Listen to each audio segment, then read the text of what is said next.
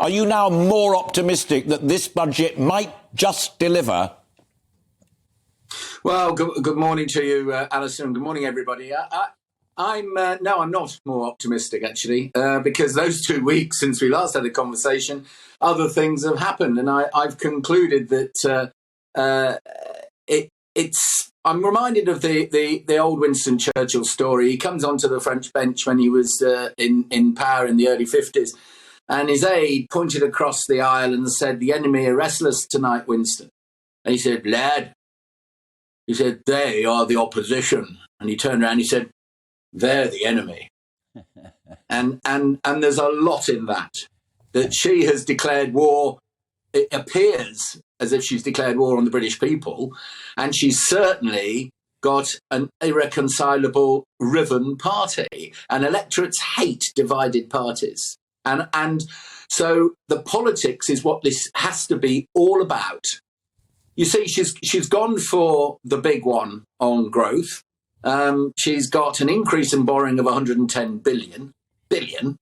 She's got unfunded tax cuts of 43 billion, where this party that says we are the party of sound money has said, "I'm actually going to give a load of money away and I'm not even going to pay for it. I'm going to borrow it."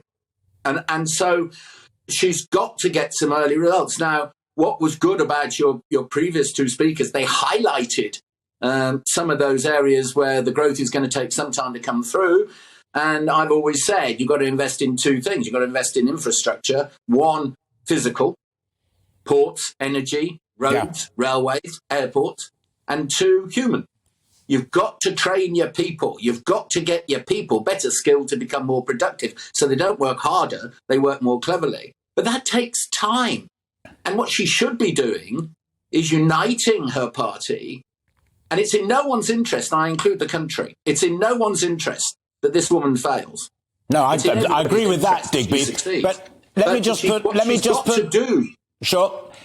put three things to you quickly. You can't deny that the pound has recovered from those stormy days and that interest rates have stabilised, albeit at a higher level, but that is the case around the world. And in November, you will get the sums from the OBR and from Kwasi Kwarteng and those supply-side things that you are talking about. That's only within a month. I think you're being pessimistic, which is very unusual for you.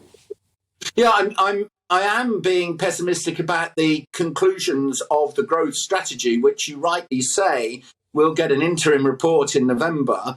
But I'm talking politics here, Alistair. And somebody on the doorsteps in those red wall seats, somebody on the doorsteps in Middle England, they will not actually worry that much about that. It'll be the mood music, how it feels.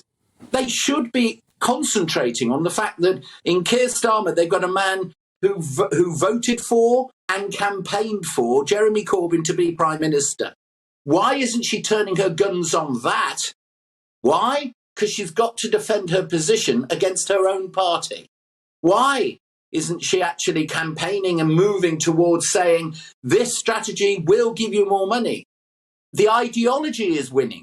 So, for instance, she's having a battle about whether you give benefits and increase it at the rate of inflation or the rate of average earnings. Now, ideology tells you average earnings, and there's a great deal of reason why. But if you want to win in those red wall seats that went blue, you don't do it. You go with the inflation rise. But ideology is winning. Ideology is beating common political sense. And until she changes that, whatever they say in November, Alistair, the mood music on the doorstep will not change. And I think what we have seen this week means the damage limitation means that if there's a general election, it wouldn't be wipeout a la Canada those years ago when Trudeau completely wiped out the Conservatives. But you would get a Blair 97 type landslide. And she's got to stop that. And she's got to unify, one, go after Starmer, two, and then give some red meat to those MPs defending their 3,000, 4,000 majorities in all of the red wall. And if she doesn't, she's got to park her ideology to another day, and she's got to fight a political war. Because if she doesn't, then, well, if I was Starmer, I'd go up to a Scottish island and sit there for 2 years and then come back as Prime Minister. Digby, I've rarely seen such a massive, wonderful effort of political suicide in my life.